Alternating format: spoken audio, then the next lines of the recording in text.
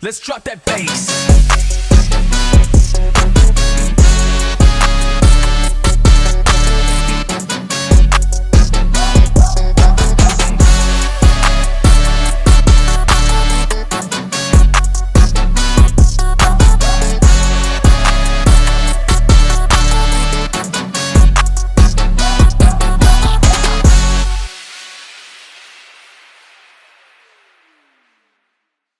Alright, what's going on, guys? So I made it here. There's nobody here yet, which is good. It gives me time so you want to check with this stuff. It's so heavy. This is only 2 bucket loads, so you want to make sure it's not off to the side, because this will tip the trailer for sure. It's that heavy. So you want to open the door, and you can't swing the door that way because this is so heavy, and when it comes out it'll rip that door off. So you want to open it all the way and visually inspect it's in the middle. And if it's not, you better tell them to go get an excavator or something with a backhoe, because you ain't shoveling that stuff. It's heavy. It's high carbon ferrochrome. They pull the metals out of it. But here comes the loader. Let's see what he says.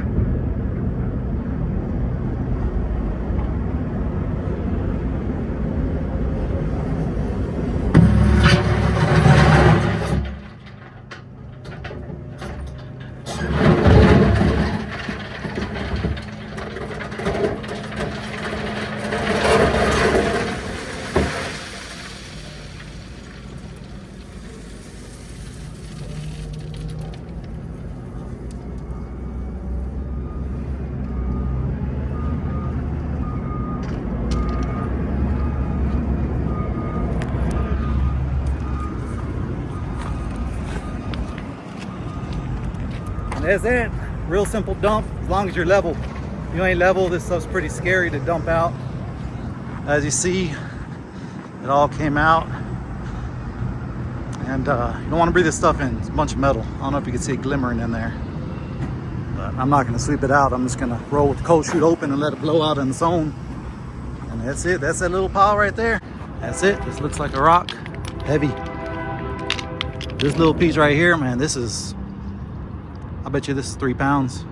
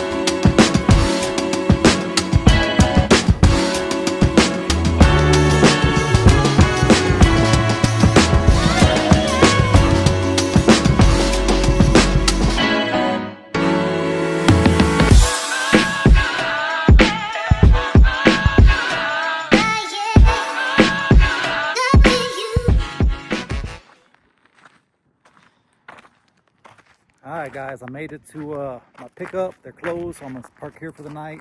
I'm in Salida, Colorado, over here at Butala Sand and Gravel. Bad news strikes again, but this is why you always do a post-trip walk around. So I was actually just out here chilling by my truck, taking some pictures, and I was gonna hang out right here on my steps, and I was like, huh, that's strange. Why is there, I haven't driven through any water. Then I seen all this stuff back there. And then I turn and look. And it's dripping on the floor. And looks like something's leaking. I hadn't crawled all the way under there yet to find out exactly. But it's not good. It's coming from here, so I guess that's good. It's coming from here versus from the truck. So I'm gonna have to make a couple of phone calls, make sure everything's okay to I should be able to load no problem. But on the delivery end, that might be a different story. But part of the game, I guess. No matter if it's a new truck or, I don't know. I got nothing to say. But anyways, I'm here parked for the night. This load's going to Oklahoma City. I don't know what time it is. It's probably like 5 o'clock right now. So, but that's it, guys. So that last load, man, I picked it up in Houston Monday morning. I delivered my load from last week. So after I delivered that one starting this week, I picked up in Houston at the Port of Houston, brought that load.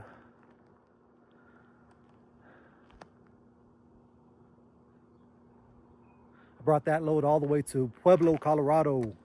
And then from Pueblo, they shot me over here to Salida. And this is going back to OKC. And then from OKC, that'll probably be my week. Today's Wednesday, so I'll load this tomorrow. No, today's Tuesday. I'll load this tomorrow, Wednesday, drive all day tomorrow, deliver this Thursday. And then one short load to get me from OKC to home, or now at this point from OKC to Little Rock, because that's not good. Anyways, thanks for watching, guys. I don't know how this video is going to turn out. I don't know what I'm going to edit in, edit out, whatever. Thanks for watching. I'll catch you on the next one. Well, I didn't feel like messing with the truck, and I was frustrated, so I ordered some DoorDash. They got some pretty good sopes here in Salida, Colorado. Not bad. All right, so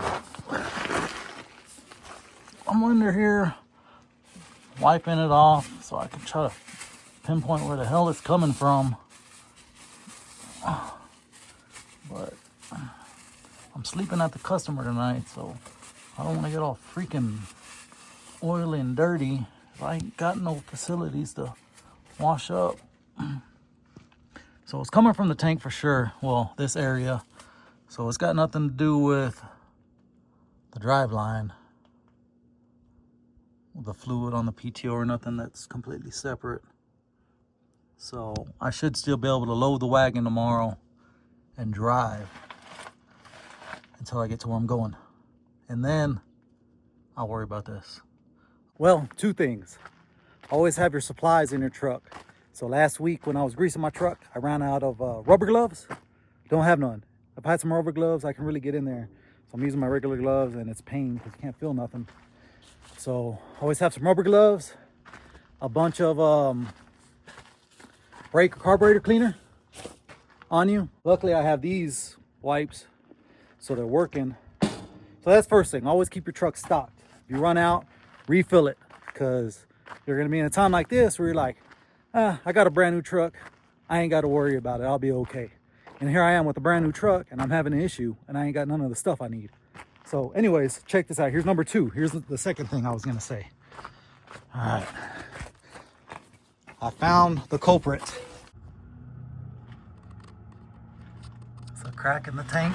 Let's see if I can wipe it off for you.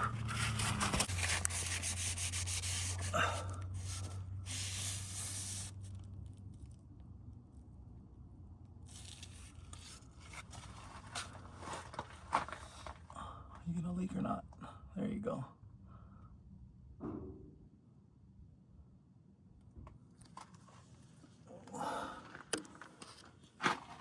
There we go. Without trying to wipe it, I can get in here.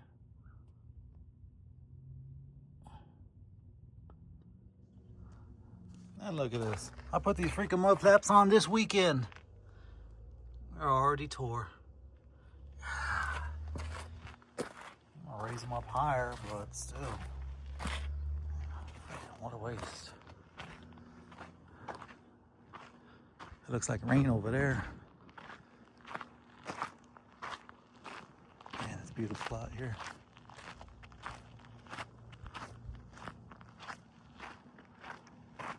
Let's go see what's down here.